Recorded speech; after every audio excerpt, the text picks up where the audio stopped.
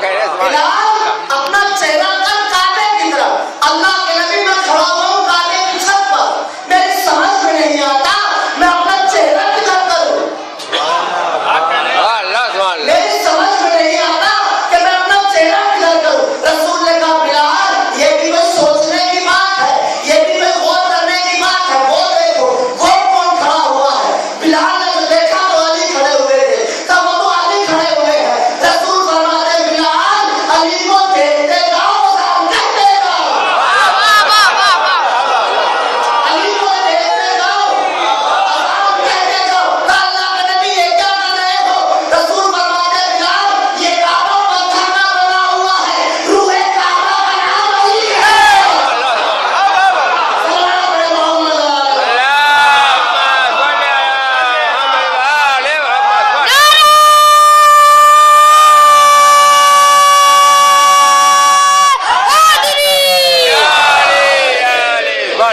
روح کعبہ کا نام علی۔ علی ایک جملہ ہے، بس ایک جملہ اور اپنے مسئلہ۔ علی وہ مقدر ساز شہنشاہ ہے کہ اگر کوٹھے میں اتر جائے تو اس کو قبلہ بنا دے گا۔ علی وہ مقدر ساز بادشاہ ہے، اگر کوٹھے میں اتر جائے تو اس کو قبلہ بنا دے گا۔ کعبہ ولادت علی سے پہلے کیا تھا؟ 360 بت رکھے ہوئے تھے، مگر ولادت علی کے بعد ایک بھی نظر نہیں آیا۔ یہ کمال ہے وجود علی کا۔ تو اللہ کا ارشاد فرماتا ہے مَا بَالُ الْقَوْمِ يَذْكُرُونَ مَن لَّهُ مَنزِلَةٌ عِندَ اللَّهِ بِمَنزِلَتِهِ وَمَقَامُكَ مَقَامِهِ لَمْ يَكُنْ لَهُ۔ یاد رکھو میں اور علی ایک ہی نور کے دو ٹکڑے ہیں۔ اللہ کے نزدیک جو میرا مرتبہ ہے وہی علی کا مرتبہ ہے، جو میرا مقام ہے وہی علی کا مقام ہے، جو میری منزلت ہے وہی علی کی منزلت ہے۔ فرق اتنا ہے کہ صرف علی نبی نہیں۔ اس لیے آج آپ جو عزاداری کرنے کے لیے آئے ہیں یہ ولایت علی کی چمک کا نام ہے۔ بے شک بے شک۔ امام ارشاد فرماتے ہیں دنیا کی ہر محبت میں جلن ہوتی ہے، آپ کسی سے محبت کرو طلب ہوتی ہے، بے قراری ہوتی ہے، تپش ہوتی ہے، نیندیں اڑ جاتی ہیں، مگر امام فرماتے ہیں ہماری محبت میں ٹھنڈک ہے، کیا کہنے ہیں واہ۔ ہماری محبت میں ٹھنڈک ہے۔ جس کے دل میں ہماری محبت آ جائے گی وہ کبھی بے قرار نہیں ہو سکتا، اس کو ایک امید رہتی ہے، اس کو ایک امید رہتی ہے، اس کے